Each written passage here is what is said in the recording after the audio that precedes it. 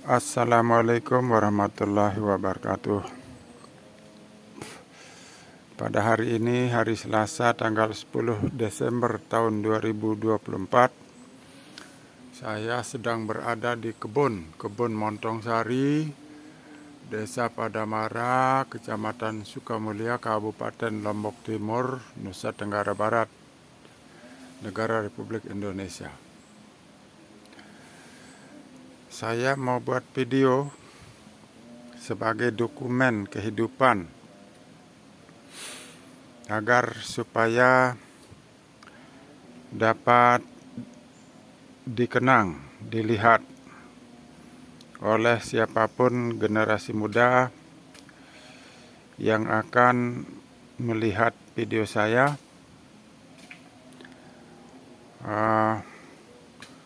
Sekali lagi, pada hari ini, hari Selasa tanggal 10 Desember tahun 2024, di siang hari yang cerah. Hari ini sebenarnya musim penghujan, malam-malam hujan, sore hujan, tapi ini sekitar jam 12:26, cuaca lagi agak cerah. Itu nampak ibunya Risma sedang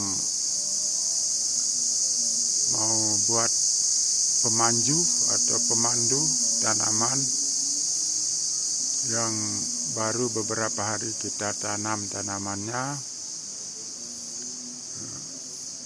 Jadi ibunya Risma sedang bekerja. Kebetulan dia ini agak lebih kuat bekerjanya. Ya, sambil bikin video kenang-kenangan begini, saya mau membahas sesuatu berkaitan dengan masyarakat Indonesia, masyarakat dunia pada umumnya. Dunia sekarang sedang mengalami goncangan. Rusia dan Ukraina sudah 2-3 tahun berperang. Begitu juga Israel berperang melawan Palestina, Hamas, melawan Lebanon, melawan Iran. Alhamdulillah, Indonesia sampai hari ini masih aman-aman saja. 2 bulan yang lalu, Presiden Republik Indonesia berganti dari Insinyur Joko Widodo, digantikan oleh Prabowo Subianto.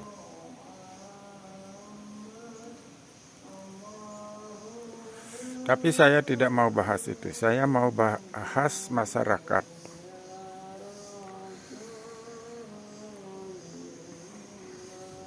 Orang hampir tiap hari berkelahi, berdebat, berdiskusi. Sesama orang Islam berdebat. Ada yang mengatakan sesat, kafir terhadap orang lain. Semuanya merasa benar. Wahabi sering mengkafirkan orang yang tidak sama pendapatnya dengan Wahabi, kafir, sesat. Orang Syiah disebut sesat, Ahmadiyah disebut sesat, Panji Gumilang disebut sesat, Yang Weldo disebut sesat. Pokoknya banyak kata-kata mereka yang menyesatkan dan mengkafirkan orang sehingga seakan-akan mereka sendiri yang paling benar.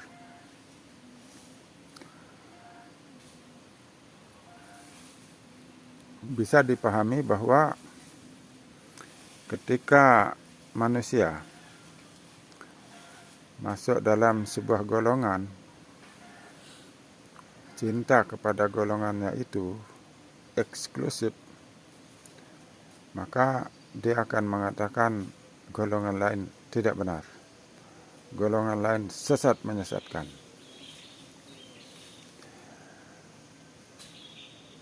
Andai kata kita kembangkan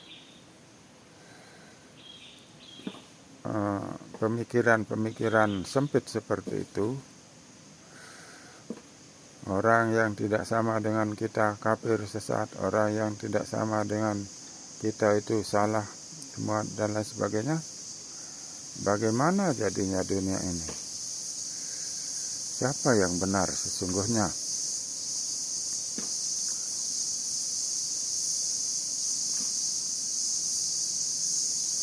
Nah, ini yang sering saya renungi.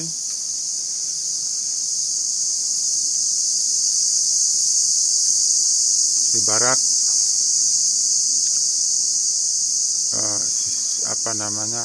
sisi-sisi kehidupan. Yang gelap mengatakan terang yang sesat, yang terang mengatakan yang gelap yang sesat, yang timur mengatakan barat yang sesat, yang barat mengatakan timur yang sesat, yang atas bawah yang disebut sesat, yang bawah yang di atas yang disebut sesat.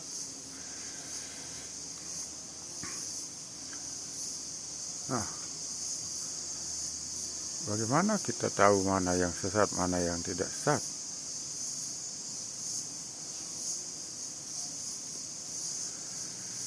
Bukankah hanya Allah yang tahu orang sesat? Orang sesat itu adalah orang yang tidak tahu jalan. Nah, jalannya mana? Jalannya. Kalau orang Kristen Islam yang disebut sesat, orang Islam Kristen yang disebut sesat. Padahal semua nabi itu datang dari Tuhan.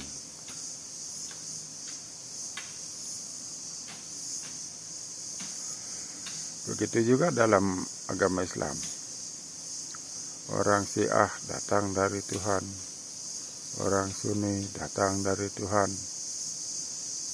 Semuanya datang dari Tuhan. Dibuat berbeda-beda untuk saling mengenal, untuk saling ta'aruf, artinya saling menghormati sebenarnya. Ibarat kita mau bikin sambal, ada cabenya pedas, ada garamnya asin, ada tomatnya kecut, ada minyak, ada mana yang sesat di antara sambal itu? Apakah cabai? Apakah tomat? Apakah garam? Apakah gula? Yang sesat mana? Apa laki yang sesat atau perempuan? Perempuan mungkin mengatakan laki yang sesat, laki-laki mengatakan perempuan yang sesat. Jadi lucu. Kenapa kita tidak mau menerima perbedaan?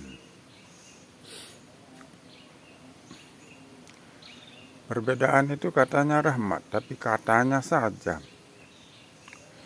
Terserah sebenarnya mereka mau sesat, mau tidak sesat. Sebenarnya kan mereka itu untuk diri mereka. Kalau kita tidak sesat ya kita bahagia, tenang, tentram. Ngapa ngurus orang lain sesat, PKI sesat? Katanya.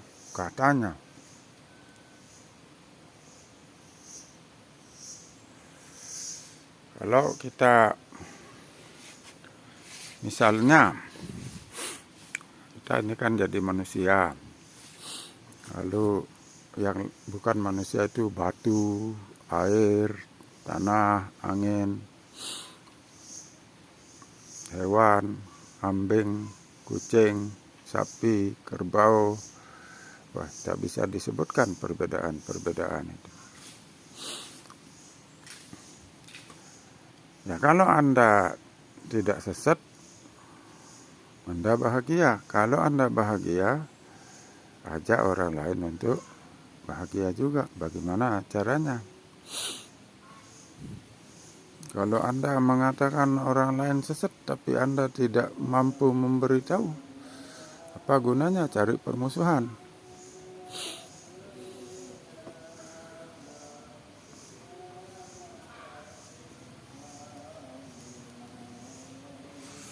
Orang yang mengatakan orang lain sesat, kata Nabi, orang itulah yang sesat. Orang yang tidak mau damai, sebenarnya orang itu tidak damai. Jadi para nabi itu membawa perdamaian sebetulnya. Membawa perdamaian, bukan membawa permusuhan.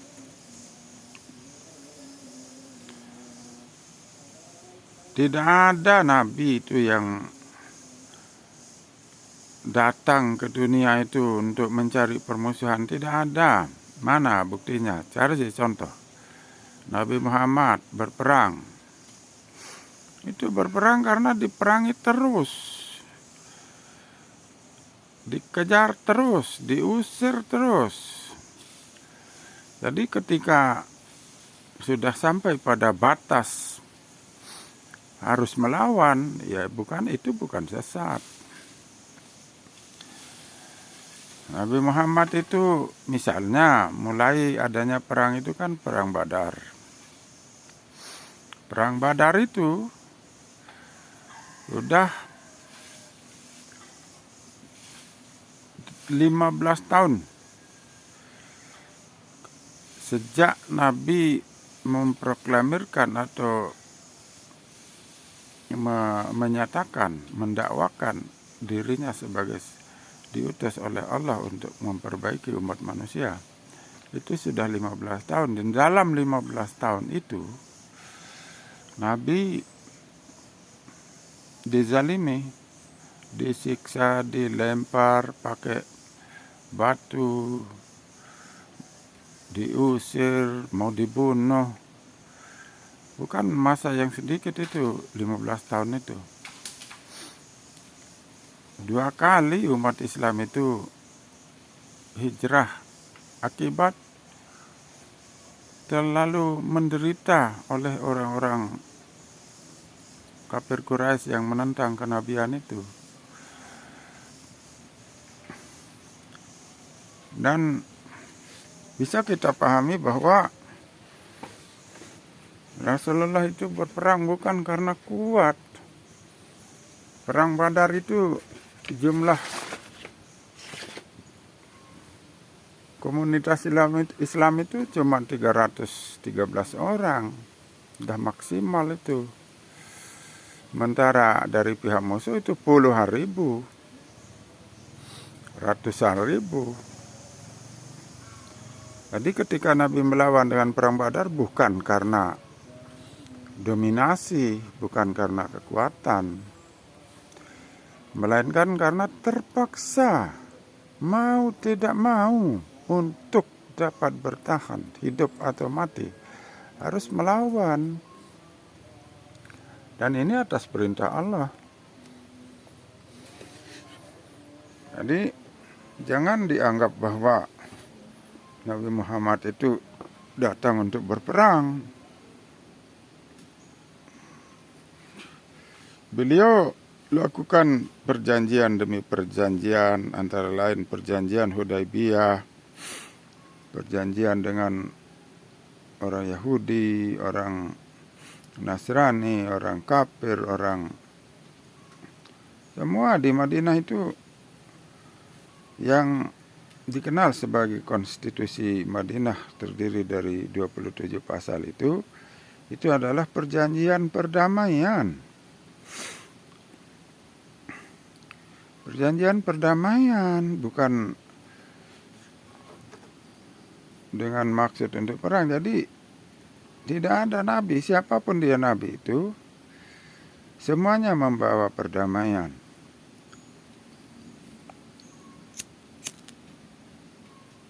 Nah, oleh karena risalah nabi itu adalah membawa diwajibkan nabi itu untuk menyampaikan agama Allah untuk seluruh umat manusia, maka satu-satunya jalan adalah bertahan. Nah, lalu mulailah menjaga dirinya dengan perdamaian dengan orang sekitar Madinah itu. Wajar kalau misalnya ada ekspedisi untuk melihat ancaman, gangguan, hambatan, tantangan dari berbagai pihak di sekitar Madinah itu. Nah, lalu kemudian karena perintah bertahan itu dari Allah itu, kemudian terjadi satu peristiwa di mana ada kafilah dagang yang dipimpin oleh Abu Sufyan mau dihadang. Wajar ini karena bertahan tadi. Untuk melemahkan pihak musuh yang ganas ini, yang bengis ini. Jadi wajar ketika ada upaya untuk mempertahankan diri. Nah, tetapi bukan secara sengaja terjadi perang Badar itu, tetapi malah Tuhan menunjukkan pasukan yang lebih besar, terdiri dari 1.000 orang yang akhirnya datang menyongsong atau mendatangi Nabi ini. Nah, itu pun atas informasi intelijen tentunya. Akhirnya terjadi perang yang di pihak Nabi terdiri dari 313 orang dan di pihak sebelah itu 1.000 orang. Ini bukan suatu peperangan yang dimaksud untuk menguasai orang lain, tetapi untuk bertahan. Nah, dan dengan kekuasaan Allah Subhanahu wa taala, perang Badar ini dimenangkan oleh pihak Islam, oleh Nabi Muhammad. Nah, ini menjadi satu titik balik di mana umat Islam ini mampu bertahan meskipun jumlahnya kecil. Dan peperangan yang dilakukan, yang dipimpin oleh Rasulullah itu tidak pernah lebih besar, selalu lebih kecil jumlahnya. Perang Uhud, perang Ahzab atau perang Parit itu, kemudian perang Mut'ah, perang lain-lain, itu semuanya jumlah pasukan Nabi dengan peralatannya juga sangat minimal. Itu menunjukkan bahwa Nabi membawa Islam itu dengan napas perdamaian sebetulnya. Nah, sekarang kok ada orang mentang-mentang lebih besar, mentang-mentang lebih mayoritas terhadap minoritas. Nah, kalau itu kan mayoritas yang menzalimi minoritas itu bukan pekerjaan manusia, itu pekerjaan hewan juga, ikan juga. Ketika dia lebih besar, dia akan zalim terhadap yang lebih kecil. Ini kezaliman tentunya ini. Berbeda dengan perang yang dilaksanakan oleh Rasulullah Sallallahu Alaihi Wasallam. Jadi perlu kita mengetahui napasnya atau semangat dari peperangan itu sendiri adalah bertahan sebetulnya, bukan mau menguasai. Kembali ke dalam perjanjian Madinah ini kan perjanjian untuk hidup damai, aman dengan kelompok-kelompok kabilah-kabilah yang ada di Madinah itu. Benarnya adalah perjanjian perdamaian. Lalu perjanjian ini adalah satu bentuk negara, kontrak sosial sebenarnya. Kontrak sosial untuk hidup damai. Lalu ada yang mengkhianati dari perjanjian itu, tentu wajar memperoleh hukuman karena perjanjian itu tadi. Sebenarnya.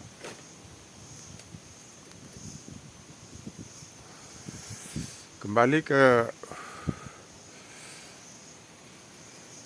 keadaan atau situasi di zaman sekarang, di mana dikit-dikit orang bilang kafir sesat.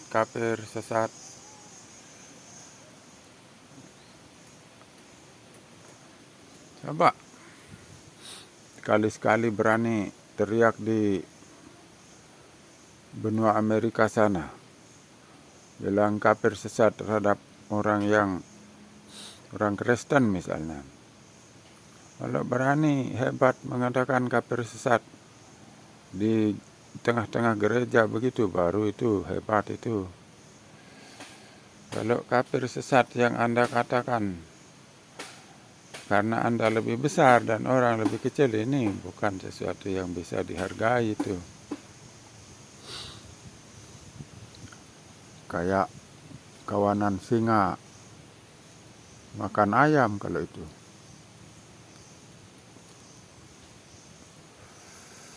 Sebenarnya kalau menurut pikiran saya, kita semua ini kafir sesat. Semua. Sepanjang kita tidak kembali kepada Tuhan, menghubungkan diri dengan Tuhan, mengenal diri kita ini sebagai makhluk yang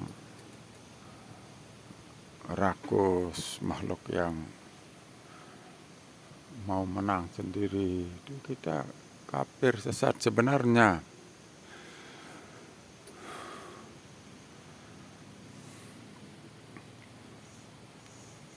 Mau menang sendiri itulah yang disebut kafir tuh. Sebenarnya menurut saya. Kenapa kita menghakimi orang, menilai orang? Bukankah seharusnya kita menyayangi orang, mencintai orang?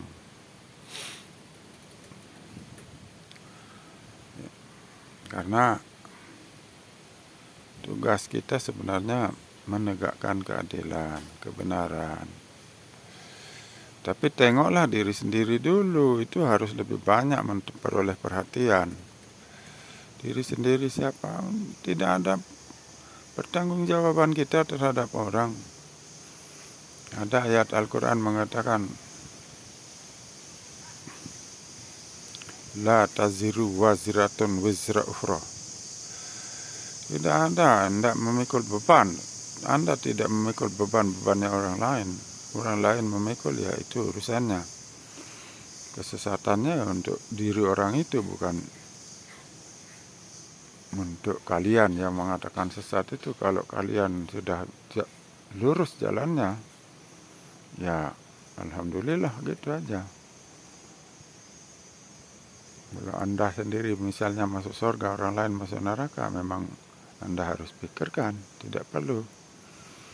Yang perlu dipikirkan adalah usaha bagaimana orang lain juga masuk surga seperti Anda.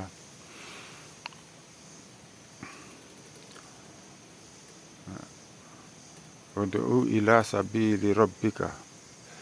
Ajaklah kepada Tuhanmu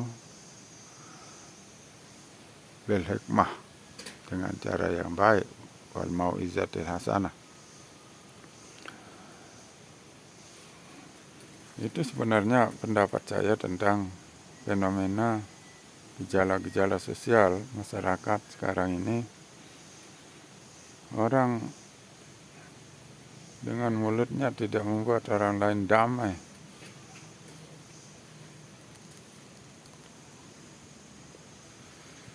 Tidak diberi kebebasan, tidak diberi kedamaian. Mari kita renungkan hal itu. Mudah-mudahan pembicaraan saya dalam video ini ada faedahnya bagi kita semuanya. Mohon maaf atas kekurangan saya. Wabillahi taufiq wal hidayah. Wassalamualaikum warahmatullahi wabarakatuh.